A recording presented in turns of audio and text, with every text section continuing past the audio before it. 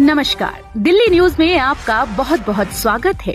चलिए देखते हैं आज की 15 फटाफट बड़ी खबरों को। 30 अप्रैल को दिल्ली सीएम केजरीवाल से मिलेंगे पंजाब सीएम भगवंत मान। पंजाब के सीएम भगवंत मान तिहाड़ में दूसरी बार दिल्ली के सीएम अरविंद केजरीवाल से मुलाकात करेंगे। दोनों नेताओं की कल दोपहर को मुलाकात होगी। इस तरह भगवंत मान दूसरी बार सीएम से मिलेंगे। इससे पहले 15 अप्रैल को दोनों नेताओं ने मुलाकात की थी। तब भगवंत मान ने बताया था कि उनकी मुलाकात टेलीफोन से कराई गई। इससे पहले 15 अप्रैल को मुलाकात के बाद उन्होंने ठीक से न मिलने देने के आरोप लगाए थे। उन्हें केजरीवाल से जंगले से मुलाकात कराया गया था।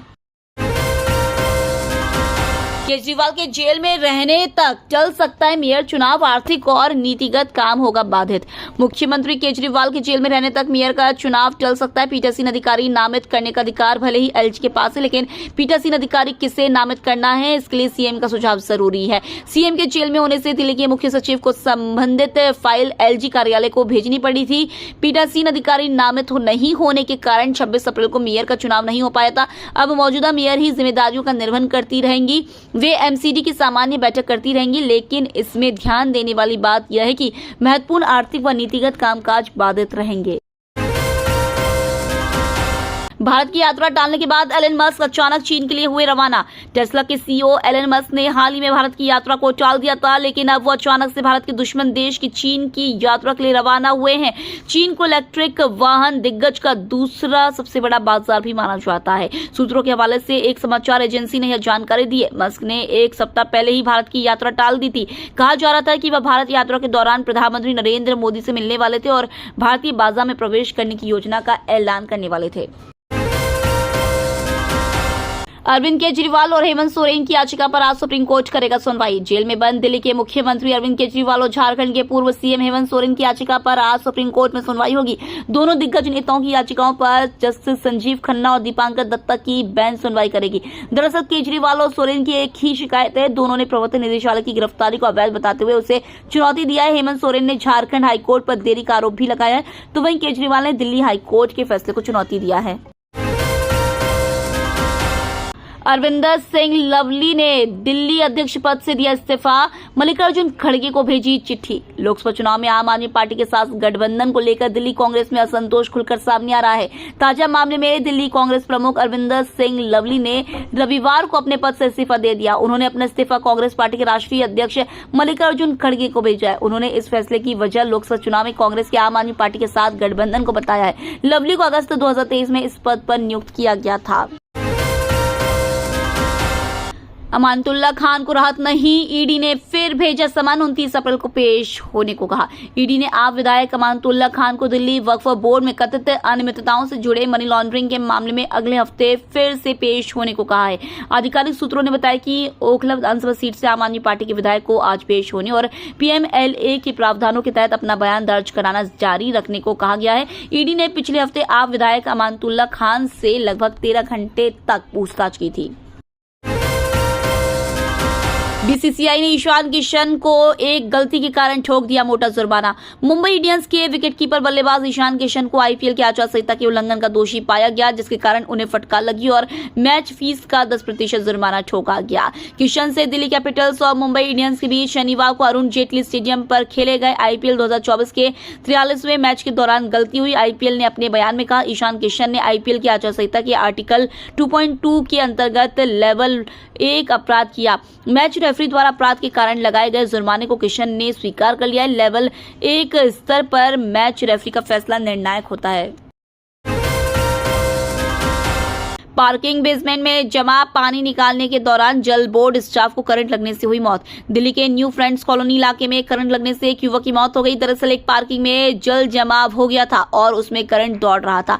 वहां काम करने वाला एक युवक उस करंट वाले पानी की चपेट में आ गया। इस कारण उसकी मौत हो गई। मृतक की पहचान 21 वर्षीय कार्तिक के रूप में हुई है। घटना की सूचना मिलने के बाद पुलिस मौके पर पहुंची और शव को कब्जे से लेकर पोस्टमार्टम के लिए भिजवा दिया। राजनाथ सिंह ने कहा, कांग्रेस की हुकूमत में आए दिन आतंकी हमले होते थे। गुजरात में एक रैली को संबोधित करते हुए केंद्रीय रक्षा मंत्री राजनाथ सिंह ने कांग्रेस पर जमकर निशाना साधा। उन्होंने कहा, कांग्रेस की हुकूमत में आए दिन आतंकवादी वारदातें होती थी। 2008 के हमले में भारी संख्या में हमारे पुलिसकर्मी मारे गए। उस समय कांग्रेस की सरकार थी। आज किसी राज्य में कोई आतंकवादी वारदात हो रही है क्या? कश्मीर में छिटपुट महीने में 1-2 वारदातें होती हैं। चुनाव बाद सरकारी कर्मचारियों को मिलेगा बड़ा तोहफा, दोनों हाथों में होंगे लड्डू। सरकारी कर्मचारियों के लिए 2024 बड़ी सौगात लेकर आने वाला है। पहले तो जनवरी में सरकार ने 4% महंगाई भत्ता बढ़ाकर 50% कर दिया। अब कहा जा रहा है कि चुनाव बाद सरकार 2 बड़े फैसले कर सकती है। इन दोनों फैसलों से सरकारी कर्मचारियों के दोनों हाथों में लड्डू होंगे और उनकी सैलरी में हजारों रुपए का इजाफा हो जाएगा। लोकसभा चुनाव 4 जून को समाप्त हो जाएंगे और नई सरकार बनने के साथ ही सरकारी कर्मचारियों के लिए भी फैसले हो सकते हैं। गुजरात तट पर सुरक्षा एजेंसियों का बड़ा एक्शन, 602 करोड़ की ड्रग्स के साथ 14 पाकिस्तानी नागरिक अरेस्ट। गुजरात तट से आतंकवाद विरोधी दस्ते और नारकोटिक्स कंट्रोल ब्यूरो ने ज्वाइंट ऑपरेशन के जरिए 86 किलोग्राम ड्रग्स बरामद किया है।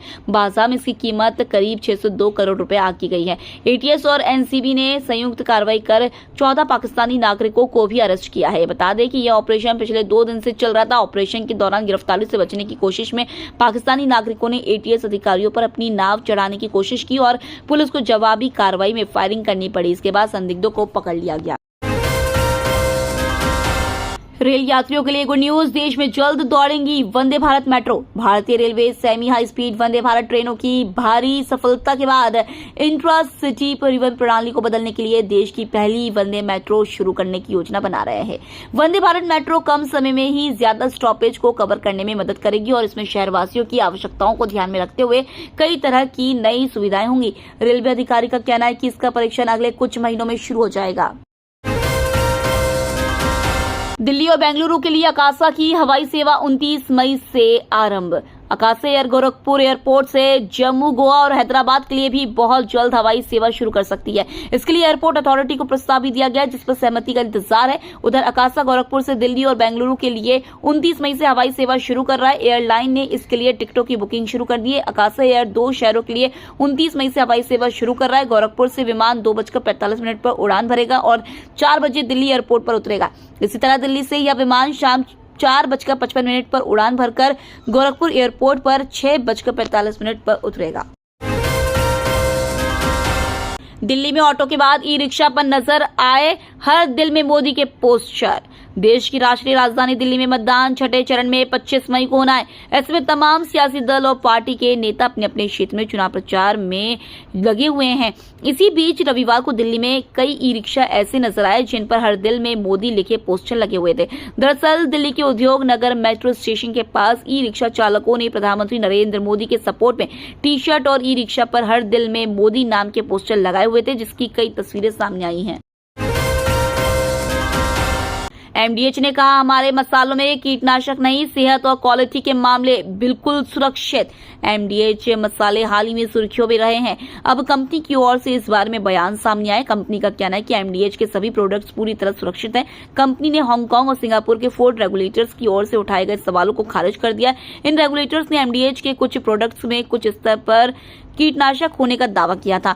इसी महीने में हांगकांग के सेंटर फॉर फूड सेफ्टी ने एमडीएच मसालों की जांच की थी। एमडीएच और एवरेस्ट मसालों की जांच में उन्होंने कीटनाशक एथिलीन ऑक्साइड होने का दावा किया था। तो ये थी आज की बड़ी खबरें। डेली खबरों से अपडेट रहने के लिए चैनल को सब्सक्राइब करना बिल्कुल न भूलें। धन्यवाद।